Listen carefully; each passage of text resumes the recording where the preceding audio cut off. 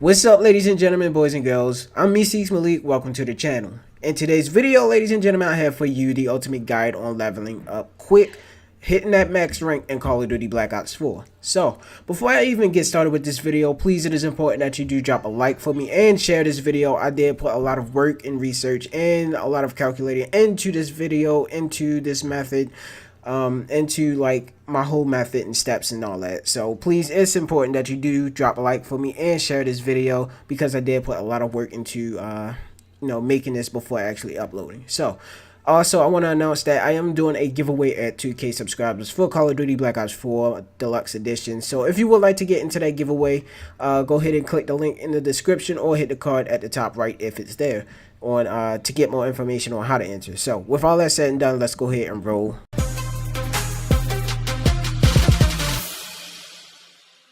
Alright, so grinding in zombies is pretty easy and simple, but at times it can get a little challenging. So having a strategy and having certain setups will help it a lot. And the amount of XP needed to actually prestige is quite a lot, so you will need to figure out your own strategy, but at the same time follow mine.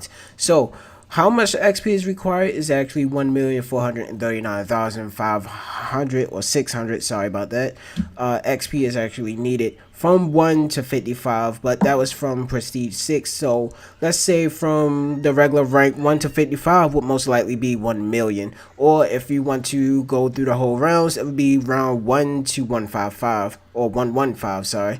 And that's actually, where you will actually hit that point. So 49,349 kills would be the, I wouldn't say max, maybe 50,000 kills would be as much kills you need for this to actually happen. So having like the right setup, the right perks will indeed help you maximize how much XP you get per match. So having certain setups, layouts, and so much more will actually help you in the end game towards gaining as much XP as you possibly can in the game. So what perks and stuff would you possibly need to actually go about having the best outcome, the best amount of rounds completed before actually dying off, bleeding out along with your team? So here's my setup right here. Here's my layout.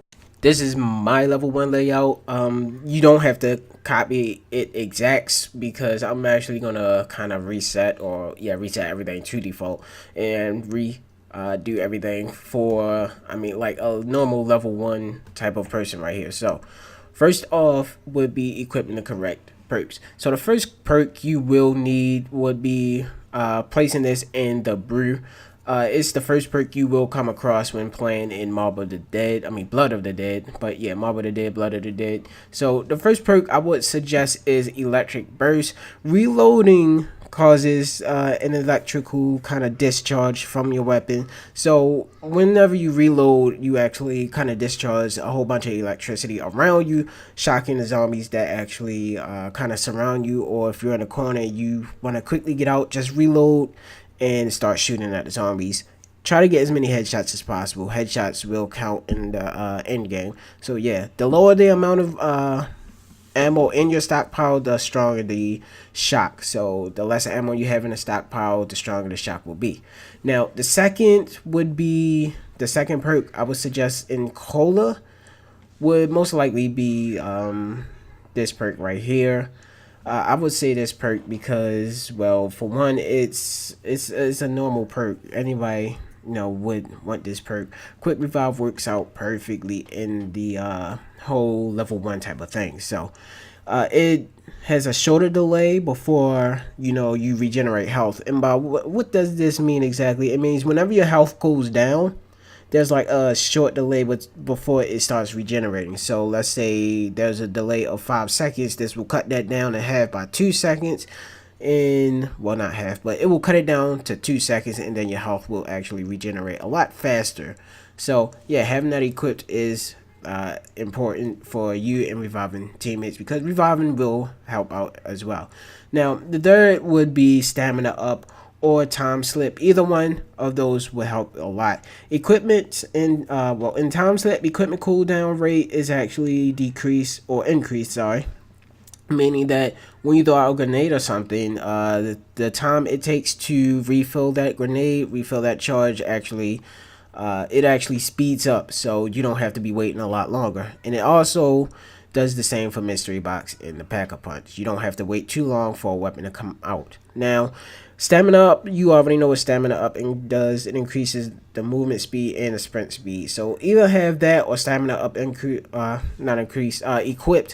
would be the best thing for you. Now the third one is a highly recommended one, which is Dying Wish. Dying Wish, instead of you like down on the ground bleeding out like normal zombies, you actually get 9 seconds of going berserk, which allows you to become invulnerable and increases the melee attack damage by say 2 or more. So when you're trapped in a corner by a bunch of zombies, which will happen, it will give you a second chance to actually fight your way out. So either headshot the zombies or start knifing at them. Knifing actually, like, the damage increases at knifing a lot, and the modifier for this actually, when you respawn in, it gives you 4 health. So if you don't have that on that spot right there for the modifier, you will not have that 4 health. You will only respawn with 1 health. So I advise you to put that in like the modifier spot, the last spot right there. So yeah, that is my perk setup right there.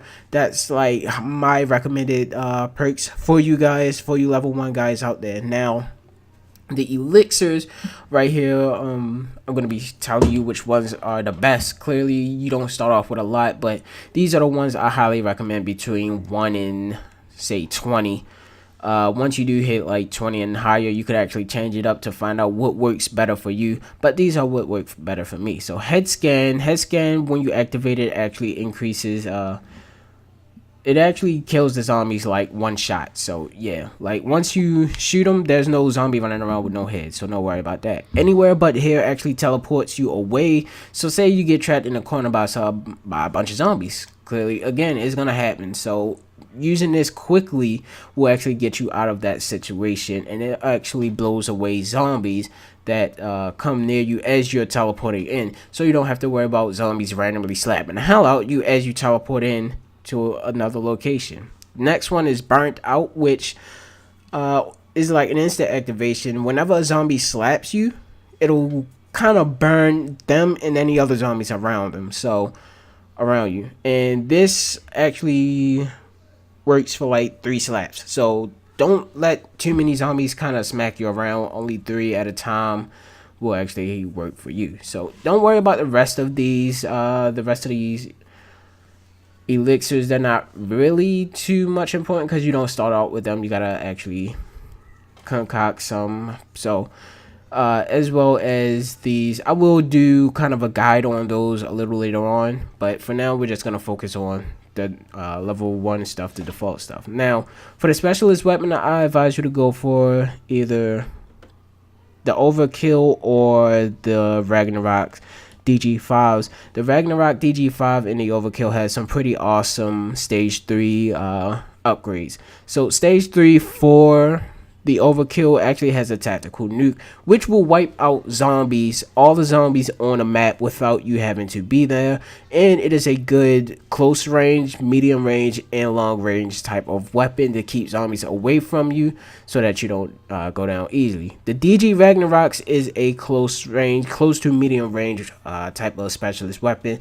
And its stage 3 upgrade is a power plant type of, it is like creates a lot of electricity around you and into like one area. So when zombies come near it, they will automatically die from it. So it's like a medium to close range type of weapon on both ends. So yeah, I highly recommend those too. So that's pretty much like my level 1 setup, my level 1 through 20 setup. So I advise you to have like the same thing for the chaos story. Have each and everything set exactly the same, but the specialist weapon, I would advise you use the chakrams of that. So yeah, use the chakrams as they do provide like a long range and a close range type of attacking. So yeah, that's best for you. Alright, so when starting off in a game, what you want to do is actually try to save as much ammo as possible. So knifing zombies would be the best way to go about round 1, 2, and 3. Now, knifing zombies will save your ammo, and in the process, it will give you a lot more points than shooting the zombies and trying to go for headshots, as well as rebuilding the barriers. So rebuilding the barriers actually grants you a few more points along the way. So go ahead, rebuild the barriers. It is really important that you always rebuild the barriers and so much more. Now, this will actually help you out towards buying more guns, buying the doors. Buying doors and guns is more important than anything. So yeah, what you want to focus on is actually, if you see teammates going down, if you see barriers being broken, if you see doors that are closed, open the doors, help your teammates up, and actually try to go for either knifing the zombies, or if you can't, go for headshots. Don't just plain out shoot them anywhere in their body. Go for headshots and knives, as this will help you out in increasing your XP gain, and it will also increase the amount of points you earn in a game, towards the wall weapons, the pack-a-punch, the mystery box, and your perks. So yeah, you're gonna want to automatically have enough for your perks. So like I said, the first perk you will actually run into is here at the power station, at the powerhouse, and that will be the brew perk. So if you do have enough for the brew perk, the electric burst will actually be like 3,000. So stand there a little bit if you want to, will actually help you out in getting your first perk and having a higher survivability and a higher chance at surviving. So yeah, that would be the best thing for you to do, or have other people go ahead for you so that they can unlock the prison and some other stuff, and you actually have the chance to rack up on your own points. So yeah, that'll be the best method for you, or the best thing for you to do, the best way to go about grinding to get what you need in the game. Alright, so now let's say you're past level 25, you're in a 25 and up spot, you have a lot more to equip to your layouts, your class. Now, these other perks that I do have set, I left 2 perks there, but at the end I have changed 2 other perks, and that is Deadshot Dealer and Victorious Tortoise. Now, Deadshot Dealer, it's a pretty good perk. It's like a good perk in sync with one of the elixirs. So what does the perk does? The perk actually, when aiming down sight, snaps to the zombie's head. So let's say you aim, it'll automatically go towards the zombie's head, allowing you to do a lot more accurate headshots. So headshots with this, and having on the elixir for insta kill with headshots will actually help you out in the long run. So let's say you get cornered off by a bunch of zombies and you don't know what to do. Pop the elixir and just go ham on zombie heads, and they will all drop automatically once you are done with that. So it's a pretty good perk for headshots. And if you don't know, headshots are like bonus points towards your leveling your XP. So the more headshots, the faster you're actually going to level up, the more XP you will gain, and the better. Now, the perks that I do have set, again, I will not go over these extra perks, but I will go over the regular ones. And always done swiftly is not a perk that you want to have on, but instead you will want to have on either Now You See Me, to have the zombies automatically run after you and leave others alone. You will also want to have on Nowhere But There to help pick up your friends. Another one would be equipment. Keep that in. It refreshes your throne, like grenades and stuff. So yeah, that's that's the best bet for keeping in. Now, another one would be Temporal Gift. Temporal Gift actually makes like insta kill and stuff like that. It'll make those last a lot longer. So having that in, again, is a good bet, and one of the best bet for you. So yeah, I mean, it's up to you how you want to go about this, but each one has a pretty good outcome towards your high ranks, not high ranks, but high rounds, in as far as going about leveling up quickly. Now, head scan, you will also want to have that in. Head scan is important for, the perk. Again, we won't go over talismans, but I will go over them. If you want me to, just comment below. I will do a whole guide on those and exactly how you get them. So yeah. Alright, so now let's say you have your permanent unlock token. I highly recommend you permanently unlock this fire. Wraith fire, when it's thrown down, it's like a blue flames that kills zombies. It doesn't harm like other players or you, but it mainly harms the zombies and kills them one hit. So once they jump through or walk through, they will automatically drop to the ground. So yeah, that's highly recommended, again, for higher realms, and maybe when you're kind of cornered off into like a little spot where you can't get out, but you gotta shoot your way out. So yeah, I highly recommend having that on hand. Now again, the weapons, it's at this point up to you what you choose, if you're going for the higher rounds or if you're like going for medium to close range or close range to long range killing.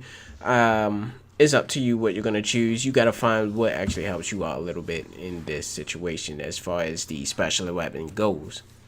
Alright, so now the last thing would be the weapons. So I permanently unlocked both these weapons, but unlocking one of these would help out a lot. Not the shotgun, but either the Strife or the other one. The Strife is a pretty awesome gun once pack-a-punch. It is a fully automatic pistol, and this one is just a 3-round burst type of weapon. So either one, make sure that you do have like some type of attachments to it. Maybe FMJ for the Strife, FMJ long barrel, and maybe FMJ2, and also the knife if you can get it on there. I haven't really maxed out this weapon, so yeah, having that is like one of the biggest. It's been pretty awesome for me.